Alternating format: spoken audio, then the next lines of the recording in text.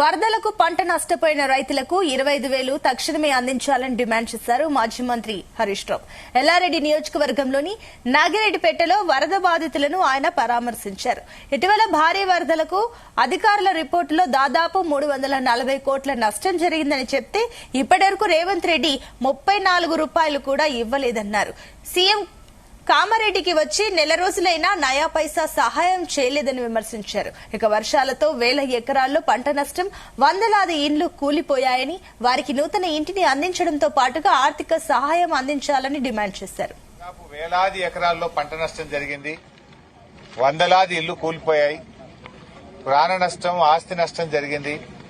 ముఖ్యమంత్రి గారు స్వయంగా కామారెడ్డికి వచ్చి రివ్యూ చేసి అందరినీ ఆదుకుంటామని భరోసా ఇచ్చి నిన్నటికి నెల రోజులు పూర్తయింది. కానీ నయా పైసా సాయం కూడా జరగలేదు. జిల్లా అధికారులు పంపిన రిపోర్టులో దాదాపు 344 కోట్ల రూపాయల నష్టం జరిగిందని చెప్తే ఇప్పటి వరకు 34 రూపాయలు కూడా ఈ జిల్లాకు విడుదల కాలేదు. ఎక్కడికక్కడ రోడ్లు తెగిపోయినాయి, విద్యుత్ సరఫరా నిలిచిపోయింది, కాలువలకు గండ్లు పడ్డాయి, చెరువులు తెగిపోయాయి. కానీ ఏ ఒక్క చోట కూడా పునరుద్దరణ ప్రక్రియ స్టార్ట్ కాలేదు. ముఖ్యమంత్రి గారు కామారెడ్డికి వచ్చి కామారెడ్డి ఎల్లారెడ్డి నియోజకవర్గం మధ్య తెగిపోయినటువంటి బ్రిడ్జిను చూసిపోయారు. వెంటనే రిస్టోర్ చేస్తామని చెప్పారు.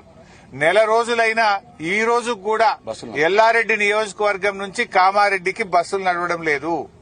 ఎల్లారెడ్డి నియోజకవర్గం నుంచి కామారెడ్డి జిల్లా హెడ్ క్వార్టర్ కు రవాణా సౌకర్యం అంటే ఆర్టీసీ బస్సులు లేక పిల్లల చదువులు ఎఫెక్ట్ అవుతా ఉన్నాయి. మరి ముఖ్యమంత్రి గారేమో పెద్ద పెద్ద మాటలు మాట్లాడిండు. 15 రోజుల్లోగా మళ్ళీ హైదరాబాద్ లో మీటింగ్ పెడతా, 15 రోజుల్లో రివ్యూ చేస్తా, మొత్తం యుద్దం. 15 రోజులు కాదు కదా, నెల రోజులు అయిపోయింది. నెల రోజులైనా మళ్ళా రివ్యూ చేసింది లేదు. జిల్లా ఇన్ఛార్జ్ మంత్రి సీతక్క గారు ఇటు మరీ చూసింది లేదు, బ్రిడ్జిలు రిపేర్ చేసింది లేదు, రైతులకు పైసా సాయం చేసింది లేదు, ఇండ్లు కూలిపోయిన ప్రజలకు కూడా ఒక్క రూపాయి ఇచ్చిన పాపాన పోలేదు. రేవంత్ రెడ్డి మాటలకు ఎక్కువ, చేతలకు తక్కువ. ఇవాళ దాదాపు కామారెడ్డి జిల్లాలో 40,000 ఎకరాల్లో పంట నష్టం జరిగింది. వేలాది ఎకరాల్లో ఇసుక మేటలు పెట్టడం జరిగింది. వేలాది ఇండ్లు కూలిపోవడం జరిగింది. మరి రేవంత్ రెడ్డి గారు ఎందుకు సాయం చేయడం లేదు? ఆ రోజు ఏం చెప్పినావు నువ్వు?